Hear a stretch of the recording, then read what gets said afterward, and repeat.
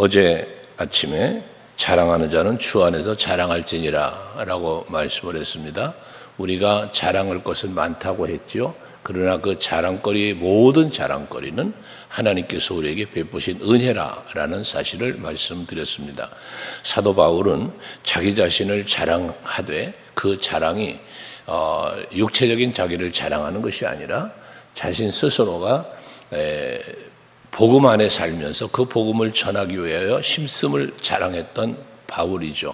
그래서 자기의 자랑을 조심스럽게 자랑하는데, 혹여라도 내가 예수를 전하면서 예수보다 내가 더 드러나는 것을 조심했다는 말씀이죠. 항상 우리도 마찬가지입니다. 여러분들이 예수를 전하고 복음을 전하다가 혹여라도 간증을 할 때가 있을 수 있어요. 근데 그 간증이 자칫 잘못하면 그것이 하나님의 영광이 아닌 나의 영광을 드러날 때도 있을 수 있음을 조심하면서 우리는 언제나 나보다 예수가 드러나고 나보다 하나님의 은혜가 드러날 수 있는 그러한 우리들이 되어야 할 것입니다. 2절에 보면 내가 하나님의 열심으로 너희를 위하여 열심을 낸다라고 말합니다. 그 여기서 말하는 바울의 열심은 하나님의 열심으로라는 말씀을 하고 있어요. 하나님의 열심이 무엇입니까? 예수께서 높은 보좌 버리고 이 땅에 찾아오신 그 뜨거운 사랑을 말하는 것입니다. 그렇게 한 영혼을 천하보다 귀히 여기시고 죄와 허물로 죽어있던 우리를 살리시기 위한 예수님의 큰 십자가 사랑을 말한, 그걸 하나님의 열심이라고 표현하고 있어요.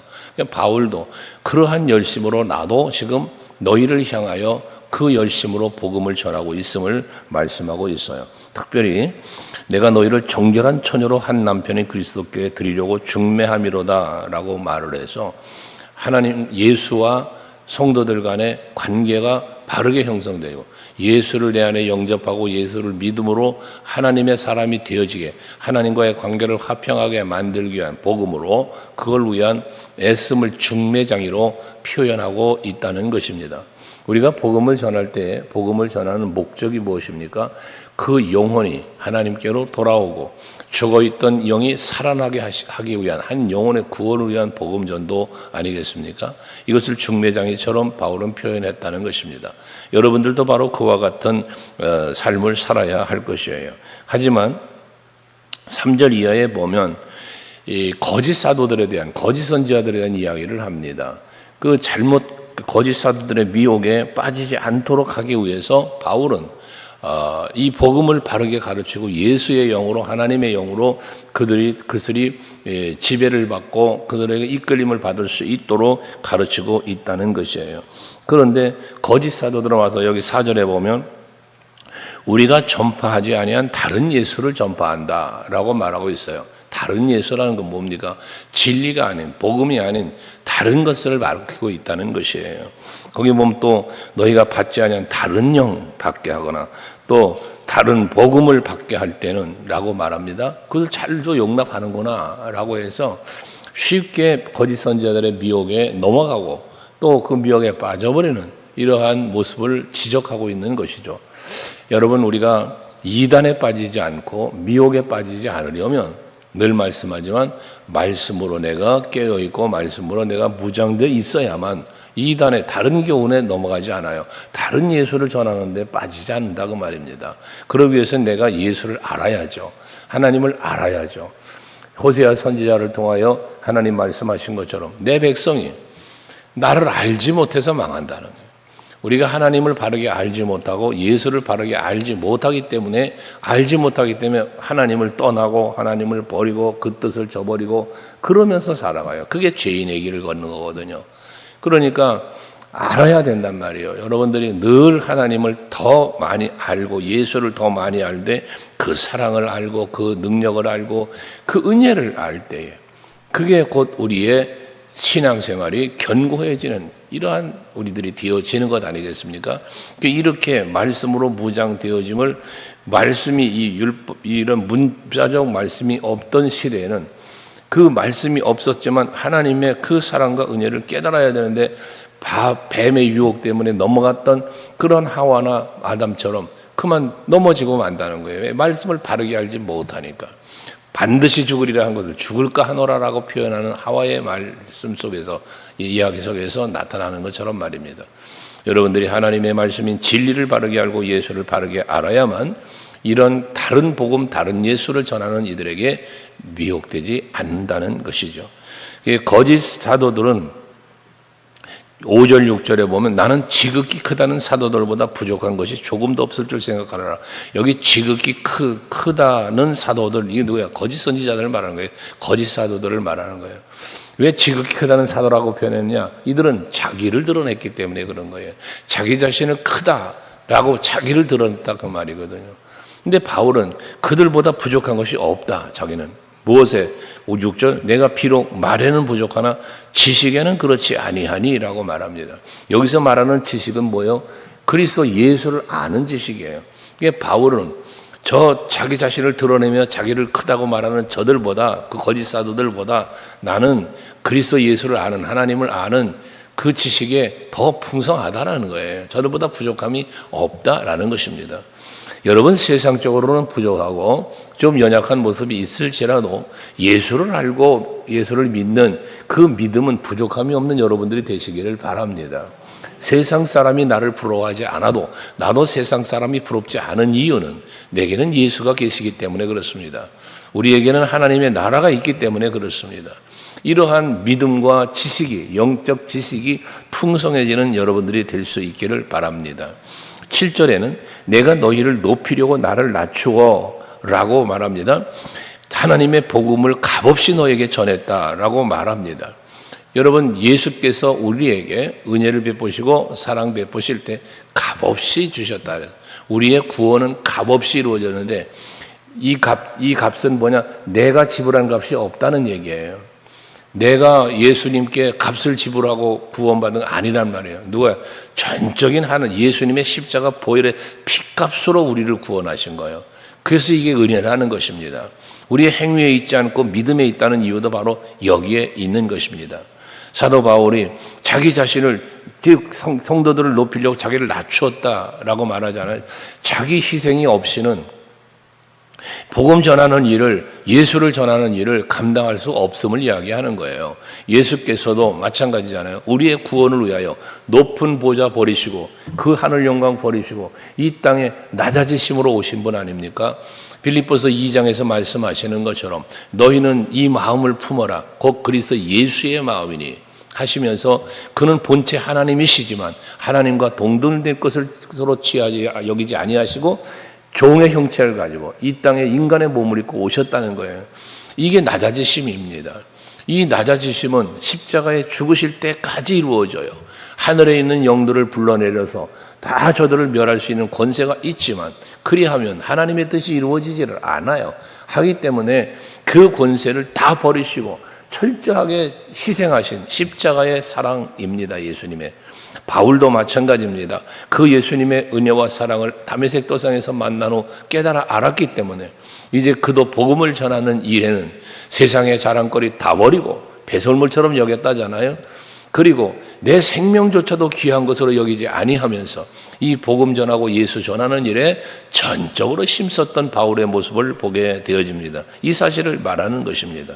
이렇게 전적으로 그 자신을 낮추며 하나님의 복음을 값없이 전하고 있을 때에 8절에 보면 내가 너희를 섬기기 위하여 다른 여러 교회에서 비용을 받은 것은 탈취한 것이다 라는 표현에서 탈취했다는 표현을 했는데 강제로 뺏었다는 그런 이야기보다 무슨 의미냐 하면 고린도 교회가 풍성한 연보를 하며 바울을 도와주고 했지만 나중에 그러나 그러지 않았을 때 바울에게 고린도 교인들이 섬기지 않았을 때에 다른 교회들에게로부터 이 도움을 받았던 사실을 말하고 있는 것이에요.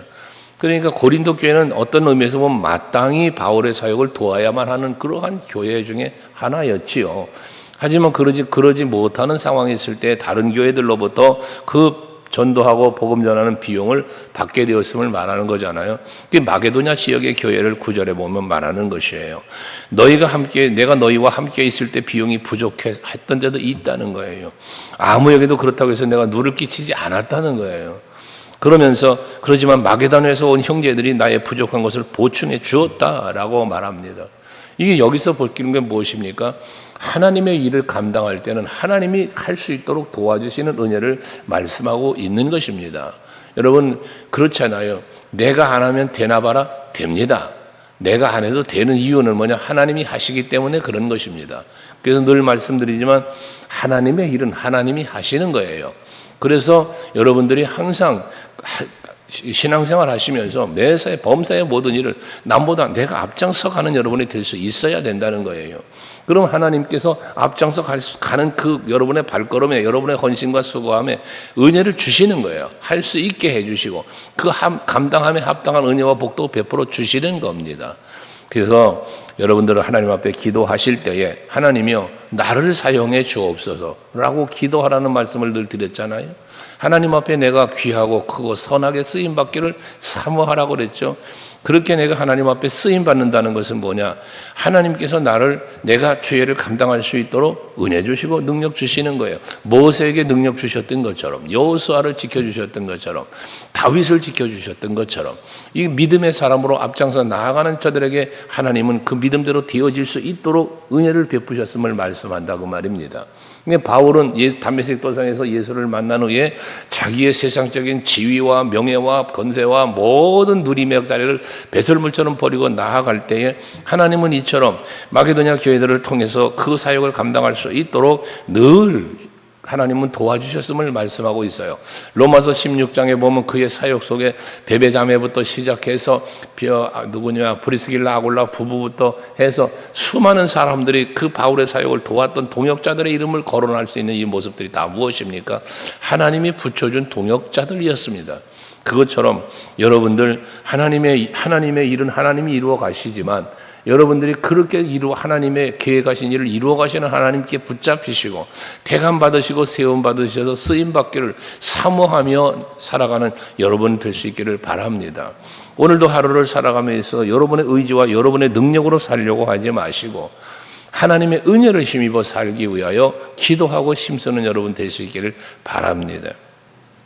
특별히 그는 그들에게 폐를 끼치지 않았다 해서 스스로를 조심했고 조심했다라고 표현을 하고 있습니다. 물질에 관한 오해를 받지 않기 위한 조심입니다. 여러분 돈에 관한 물질에 관한 부분에 잘못 얽혀버리면 미혹에 빠지기 쉽고 또 그 물질 문제 때문에 죄를 범할 수도 있습니다. 사람에게 찾아오는 욕심 중에 가장 먼저 찾아오는 게 물욕입니다. 물질의 욕심입니다. 그 물질 욕심 때문에 자기가 망가지고 또 다른 사람에게 해를 끼치기도 하고 하는 거거든요. 이 부분에 대해서 이 바울은 자유롭기를 원했다는 거죠. 그게 조심했다는 거예요. 그것 때문에 자기 자신이 또는 그것 때문에 성도들이 상처가 되지 않도록 하기 위하여 힘썼다는 것을 말하고 있는 것이에요. 10절은 그리스도의 진리가 내 속에 있으니라고 말하고 있습니다. 그리스도의 진리가 내 안에 있어요. 그 진리가 내 안에 있는 것이 결과적으로 무엇을 말합니까? 그리스도의 진리는 사랑이에요. 십자가 사랑이 그리스도의 진리예요. 그 십자가의 사랑으로 죽은 자를 살렸고 하나님 나라를 하나님과 관계 화평케 했고 하나님의 나라에 이룰 수 있게 해주시는 그 길이요 진리요 생명이신 예수를 말하는 거예요. 그게 그리스도의 진리예요. 바울은 그리스도의 진리인 참 사랑을 그 마음에 품었어요. 그래서 11절에 어떤 까닭이냐? 내가 너희를 사랑하지 아니함이냐? 하나님이 아신다. 그러니까 내가 너희를 얼마나 사랑하는지를 하나님이 아신다는 거예요. 여러분들이 요 마지막 말 하나님이 아시느니라는 이 말이 여러분 마음속에 새겨질 수 있길 바랍니다. 하나님이 다 알아. 나의 생각을 알아. 내 입술의 말을 듣고 계셔. 내 삶의 모든 행위를 보고 계셔. 이거 하나님이 아시는 거예요. 근데 바울은 자기의 모든 그 복음 전하기 위해서 애쓰고 있는 그 마음을, 그 수고함을 하나님은 다 아신다는 거예요. 너희들이 어떻게 생각할지 모르겠지만 그러나 난 너희들에게 부끄러운 거 없어. 하나님이 그걸 알아. 라고 말씀하고 있다는 것입니다. 여러분들이 오늘을 사시면서도 하나님 앞에서 사시기를 바라요. 하나님이 나를 다 보고 있어. 하나님이 다 나를 헤아리고 있어. 이게 하나님 앞에 사는 코람데오의 신앙이라고 늘 말씀드렸잖아요. 임마누엘의 신앙이고요. 그리하여야만 하나님 앞에 부끄럽지 않고 사람 앞에도 부끄럽지 않다는 것입니다. 그러면서 12절 13절에도 마찬가지 거짓 선지자들과 비교하는 것이죠. 비교하면서 나는 내가 해온 그대로 앞으로도 할 것이다. 기회를 찾는 자들이 그 자랑하는 일로 우리와 같이 인정받으려는 그 기회를 끊으려 합니다. 즉 거짓 사도들이 자기를 드러내며 자기가 높아지고 자기가 큰 자라고 하는 이러한 것 하지 못하도록 바울은 하겠다는 거예요. 그러면서 13절에 그런 사람들은 거짓 사도요 속이는 일꾼이니 자기를 그리스도의 사로로 가정하는 사람이다. 거짓 사도들의 모습인데 바울은 진리 안에서 참사랑을 가지고 백성들에게 나아감으로 인하여 그 거짓 사도들을 부끄럽게 할 거라는 거예요. 저들이 거짓된다는 사실을 드러내겠다는 이야기를 하는 것이거든요. 여러분, 진실이 있는 곳에 거짓은 존재할 수 없습니다. 진리가 있는 곳에는, 복음이 있는 곳에는 어둠의 권세가 함께 할 수 없는 거예요. 그러므로 여러분 마음속에 참빛 대신 예수가 계시게 하면 어둠의 권세는 떠나간다고 했잖아요.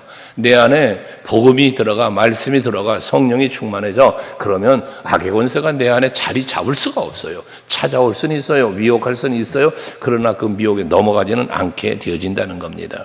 14절에 보면 사탄도 자기를 광명의 천사로 가장한다고 그럽니다. 거짓 사도들이 자기를 드러내며 자기를 큰 자라고 자기를 나타내는 거, 이거 가능한 일이라는 거죠. 그럴 수 있다는 거예요. 마귀도 사탄도 광명한 천사처럼 자기를 갖다 가장한다잖아요. 여러분 주변에는 이렇게 가장한 거짓된 것들이 많이 있을 수 있습니다. 그 거짓에 넘어가지 않으시려면 여러분이 진리 위에 굳게 서고 진리가 내 안에 바울처럼 있어야 된다는 거예요. 그래야 거짓에 넘어가지 않고 내가 거짓되지 않게 되어진다는 것이죠. 특별히 이 거짓된 자들을 뭐라고 말합니까? 거짓 사도라고 말하면서 속이는 일꾼이다. 사탄의 일꾼이다. 그들은 결과적으로 마지막 그 행한 대로 될 것이다. 행위대로 갚으시는 하나님의 섭리를 말하는 것이죠. 결과는 멸망이라는 것입니다. 늘 말하지만 거짓도 드러나고 진실도 드러나는 거예요. 드러날 때 마지막에 드러나요. 그러면 진실이 드러나면 나는 존경받는 자가 돼요. 그런데 거짓이 드러나면 나는 취해져요. 우리가 복음 안에 살면 하나님 앞에 설 때에 착하고 충성된 종이라고 칭찬받을 거예요. 그러나 내가 진리 안에 살지 못하고 복음 안에 살지 못하고 외식하는 자처럼 그저 겉사람만 드러내며 살았다면 하나님 앞에 설 때에 악하고 게으른 종이라 바깥에 나가서 이를갈미 있으리라 쫓겨날 수도 있다는 사실. 진실한 믿음 가지고 살아가는 여러분들이 될 수 있기를 바랍니다.